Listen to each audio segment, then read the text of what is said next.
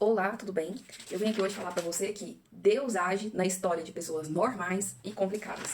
Como assim, Lorena? Como assim que nós estamos estudando a Bíblia? Aqui nós estamos hoje começando uma nova série, vamos assim dizer, no livro de Reis, e estamos dos Reis, e estamos no capítulo 1 e no capítulo 2. Vamos lá comigo? Olha só, que história cabulosa que existe aqui nessa passagem.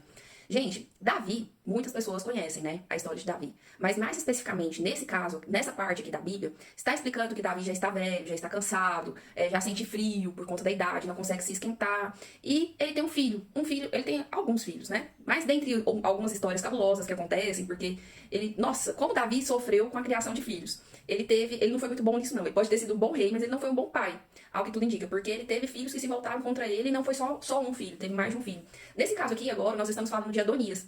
E Adonias fez o quê? Vendo que o pai já estava velho, influenciado por sua mãe, que se chama Agite, ele pegou e resolveu que ia tomar posse do reinado do pai, organizou tudo, sem o pai ficar sabendo, sem os brothers do pai ficar sabendo, tipo, os amigos mais próximos do pai ficar sabendo, ele foi, organizou tudo e tomou frente ao reinado do pai. Se elegeu rei, vamos assim dizer. Se colocou em posição no trono e já começou a comemorar como se assim rei fosse.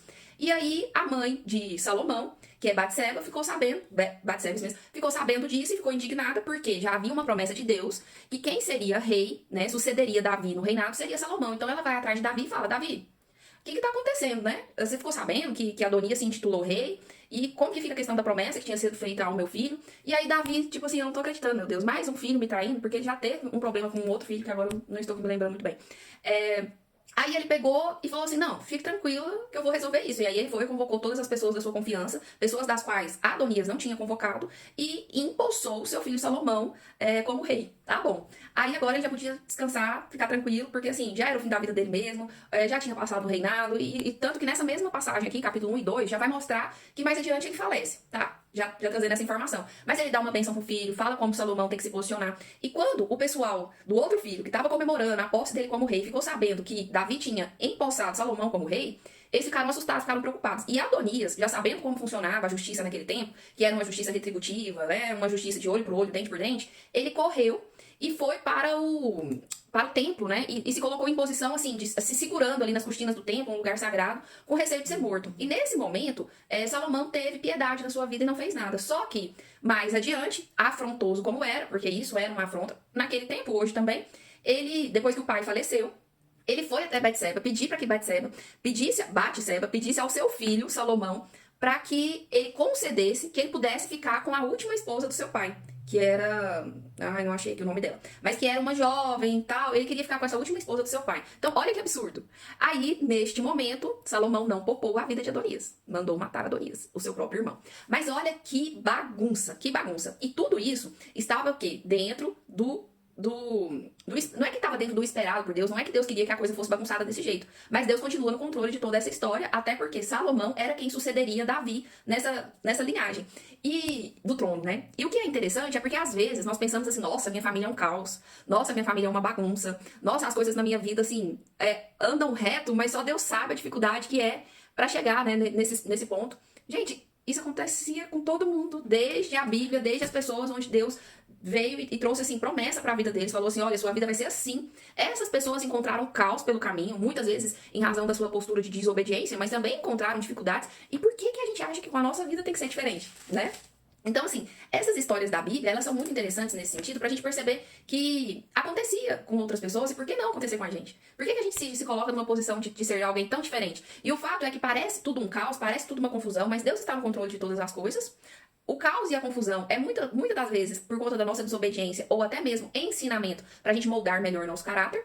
E Salomão acabou reinando e foi um dos maiores reis de toda a história, em termos de sabedoria e tudo mais, como vocês vão ver no próximo vídeo, que eu vou postar sobre a questão da sabedoria de Salomão, que precede a sabedoria de tantos tempos.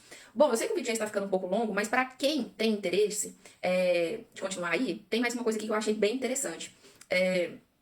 Davi fala assim pro Salomão, seu filho, né? Eu vou pelo caminho de todos os mortais. E fala pro filho: coragem, pois, e ser homem. Seja homem.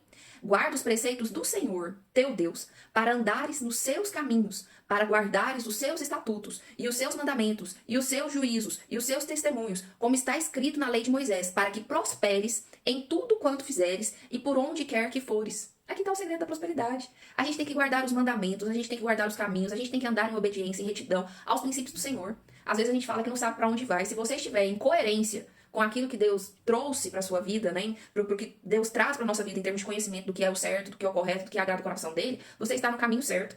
Andarem perante a minha face, aqueles que andarem, se teus filhos, o Senhor tinha dito a Davi, se teus filhos guardarem o seu caminho para andarem perante a minha face fielmente, de todo o seu coração e de toda a sua alma, nunca te faltará sucessor ao trono de Israel.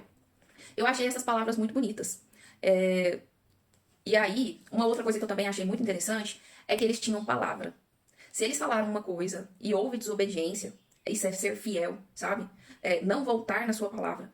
Não te fiz eu jurar pelo Senhor e não te protestei dizendo, no dia em que saíres para uma ou outra parte, eu ficarei sabendo e você será morto. Não tem esse negócio de assim, vamos dar um jeitinho agora. Não.